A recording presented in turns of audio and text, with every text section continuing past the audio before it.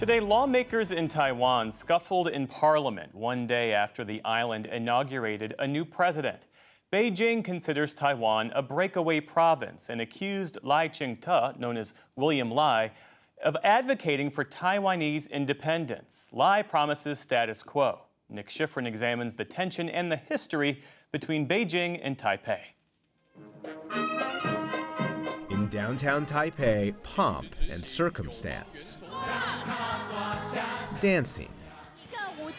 And an F-16 flyby to tell Beijing, back off. I want to call on China to cease their political and military intimidation against Taiwan and ensure the world is free from the fear of war. Lai Ching-te, known as William Lai, is the 8th democratically elected president of Taiwan, known formally as the Republic of China. His inauguration message, Taiwanese democracy, is here to stay. I hope that China will face the reality of the Republic of China's existence and engage in cooperation with the legal government chosen by Taiwan's people. But Beijing is in no mood to cooperate and says the only legal government of Taiwan is the Communist People's Republic of China. Taiwan independence is a dead end. Condoning support for Taiwan independence is doomed to failure, and no external forces can stop the historical momentum of China's unification. Has the People's Republic of China ever controlled Taiwan? Absolutely not. It has never controlled Taiwan. Sulman Khan is an international history and Chinese foreign relations professor at Tufts University and the author of Struggle for Taiwan, a history of America, China, and the island caught between. In the pre-modern era, Taiwan was an independent way station for maritime travelers. Let's say you were a pirate or a fisherman or a trader and you were sailing from Southeast Asia to East Asia. You'd probably stop off at Taiwan. In the 1600s, the Qing Empire conquered the island. In 1895, it ceded to Japan until World War II. Now, the communist leader, Mao Zedong, is winning one victory after another. In the Chinese Civil War of the 1940s, Mao Zedong and his communists defeated nationalist soldiers led by Chiang Kai-shek. Escaping by sea from communist China, some remnants of Chiang Kai-shek's nationalist army. In 1949, nationalist troops fled from the mainland to the island then known as Formosa.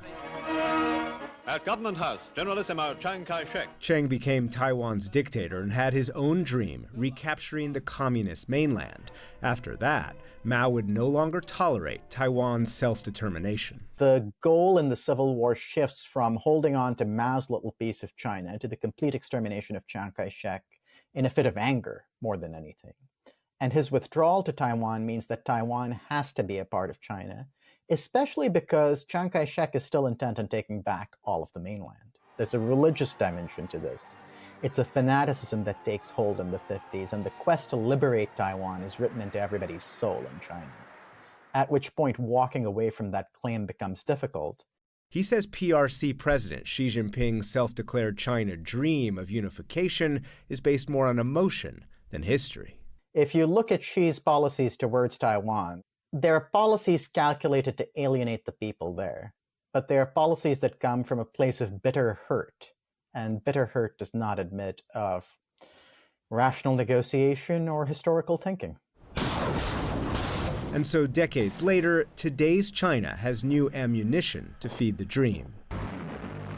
China has increased pressure on Taiwan militarily, with unprecedented election interference, including cyber attacks, and disinformation like deepfakes. That's the real lie on the left, manipulated lie on the right. And as Beijing has become more aggressive, Taiwanese have considered themselves distinct. In many ways, China has sharpened the sense of independent identity that was already there in Taiwan, but has become more pronounced and more outspoken and more proud of itself than it once was. That pride is now linked to democracy. Lai continues the legacy of fellow Democratic Progressive Party President Tsai Ing-wen, a quarter century after Taiwan's first free and fair presidential election. We are a democracy, not a Chinese democracy, especially younger people would be quick to point out to you. We're a democracy, period, and that makes us different. As you move through the democratic process, and keep building successful power transition upon successful power transition, that sense of pride grows.